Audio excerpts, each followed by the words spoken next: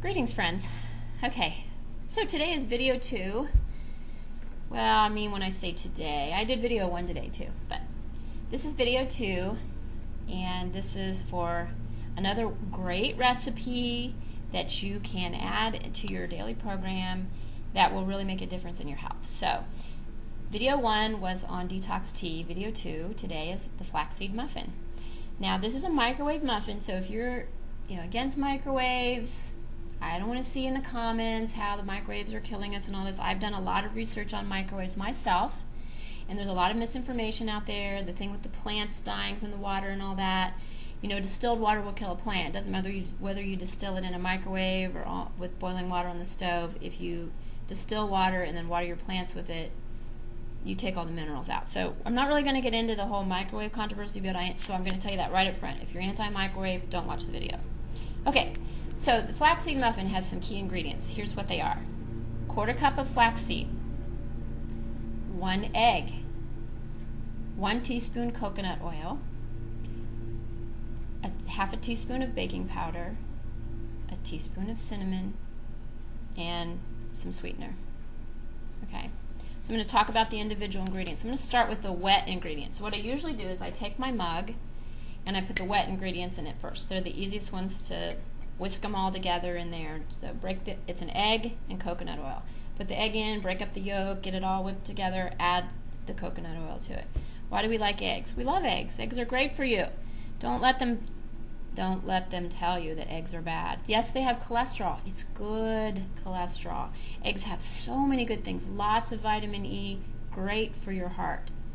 Eggs are not killing you. Bad advice from doctors is killing you. This is an egg from my chicken. It says this. It's green. Isn't that cool? Yeah, I just wanted to show that because we have some new chickens that lay green eggs. We think it's the coolest thing. So 1 egg whisked up and 1 teaspoon of coconut oil. Now, why do we like coconut oil? Oh my goodness, coconut oil is so good for you. It is a saturated fat. What does that mean? That means at room temperature, it turns hard. Yes, so this coconut oil, it's hard, see? Because it's room temperature. Now, when it goes in my body, what is my body? My body's 98.6 degrees. It's not hard in my body. It's lubricating my blood vessels and my brain and doing all kinds of wonderful things that good fats do for you. Okay, it clears my mind, makes me think better. There's studies that show taking coconut oil every day is Alzheimer preventative. It even improves symptoms of people with Alzheimer's. Great stuff. So we love coconut oil. Don't let people convince you that saturated fats are awesome or awful. They're great. Okay? Trans fats, bad. This is a great saturated fat. Palm oils are good for you. Do the research. You will find out. Lots of misinformation out there, but people are starting to come around and see that we've been lied to a little bit, people. I'm just going to say it about saturated fats, coconut oil. So that's what's in there. This is a way to get it into your diet every day, in your muffin. All right, so there's your 2 wet ingredients. What about your dry ingredients? Flaxseed. All right, here's some flaxseed. Now, it's not raw flaxseed, it's ground, so you need to know that. It's like flour, basically.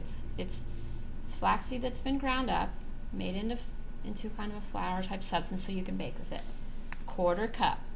Why do we like flaxseed? Flaxseed's high in fiber, improves weight loss, cholesterol. It's gluten-free. My daughter's allergic to gluten, so this is awesome. It has antioxidants in it. Omega-3s. It includes ALA, which is an omega-3. We know that fish has EPA and DHA, right? Those are the other 2 of the 3 omega-3s. But flax has the ALA, so it's a healthy fat, very good for your brain, cholesterol levels. It has great benefits for perimenopausal, menopausal women because of something called lignans, L-I-G-N-A-N-S. Check that out, Dr. Google. There's good information out there about this. So again, if you feel like you're struggling with some hormone balance issues, flax is a good thing. I take some flax oil sometimes too in addition to this. Just throw flax seeds into my smoothies. It's all good. I will say that just like on the apple cider vinegar, you don't want to start out with the full dose, okay? Because your body has to adjust. You're cleansing it. You don't want to detox by massive quantities. You want to have your body ease into it, or it might be a little bit of a shock. It has a lot of fiber. You don't want to spend the whole day in the bathroom because I told you to make a flaxseed muffin, all right? make one every few days, and then if you can incorporate it into your schedule every other day, daily, until when you're ready. So flaxseed is awesome. Also, there's baking powder, cinnamon. Cinnamon is another heart-healthy spice. I've read some great studies about a teaspoon of cinnamon a day will lower your cholesterol. Boom, another good thing, cholesterol health. As far as sweetener, I like stevia. Why do we like stevia? You keep hearing about stevia, right? You don't see a lot of people using stevia in the restaurants and other things yet. Why is that? It's a little more expensive. Sugar's cheap, super cheap. But stevia is an herb. So your body doesn't digest it like a sugar, it digests it more like a plant. And so it doesn't do the same things to your blood sugar, it doesn't do as much damage, it's better for you. I don't feel like I need as much stevia because it's stronger. So a lot of times I'll do half a packet, not the whole packet, because it just doesn't seem to need as much because it is kind of a strong sweetener. But I do feel like it needs some sweetening. It's basically like making a biscuit with flour and not putting anything on it. It's pretty plain. So I do put some stevia in mine, and it does make it taste a lot better. So once I mix up all my dry ingredients in a separate bowl, and I mix up my wet ingredients in the mug, then I add the dry ingredients into the mug, and then I whisk it all together really, really, really well. And then we microwave it for 1 minute, 45 seconds. That's all it takes. Now again, it's just a standard microwave. If you have a lower powered, lower wattage microwave, it might take longer and you might have to experiment, but for me, that's the sweet spot. So that's what we do. When it's done, again, it takes you 2 minutes to mix up the ingredients, 1:45 to cook it. You get it out, you turn it upside down, it comes out, and this is what you get. Now I just cut it in half, so it's kind of like two. It came out like this. I cut it in half. I like to drizzle honey on it, sometimes some peanut butter while it's still warm. It's a great breakfast. And again, you can take it on the run, you can have it on the train, you can eat it in the car. If you're busy on the run, I like to get up just a few minutes early, make them for my kids. It's so much better than eating cereal for breakfast, which is really raises your blood sugar a lot. It is a lot higher in carbs. It has a lot of things in it maybe that aren't as good for you. Cereals do, sugars and things. So this is just a really great way to supplement your diet with something that isn't just the run-of-the-mill stuff that you can get off the shelf. Less processing, and it really doesn't take that long to make it. One of the things I'm going to try after I get off here on this video, since I already made one of these and ate one today, there's a little bit of egg white right there. See that? Sometimes you'll see that. It's no big deal. It doesn't change the flavor at all.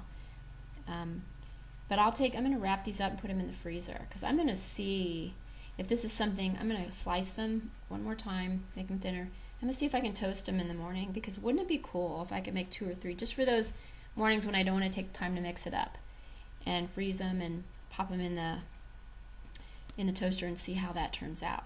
So I'll kind of give that a try. But I wanted to talk to you about antioxidants. I mentioned it a little bit in the last video, and I didn't really say what that meant. Basically, antioxidants are components that remove free radicals from your cells. And what are free radicals? Well, free radicals are in the body as a result of many things. It's basically a result of they can cause cellular damage. And free radicals are there as just part of the natural human process of breakdown of energy. You breathe, when you exhale, you produce a waste product, right? When you exercise a lot, you breathe a lot more, so you make a lot of oxidative stress. But it's also from pollution and stress and other things. So there's natural and unnatural causes of oxidation and free radicals. But the problem with free radicals is while they're out in your body bumping around amongst your cells, they have a broken electron, and they're trying to steal that from your other cells, and in the process of trying to rob that electron back from your other cells, it's damaging your cells. So free radicals result in damaged cells, which then are susceptible to disease, cancer specifically, tumors and growths, heart disease.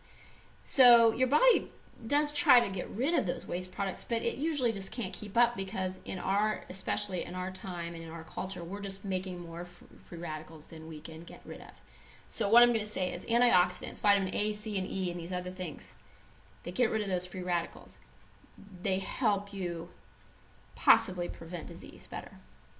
Okay, that's the end of my video. Thank you for watching. Blessings.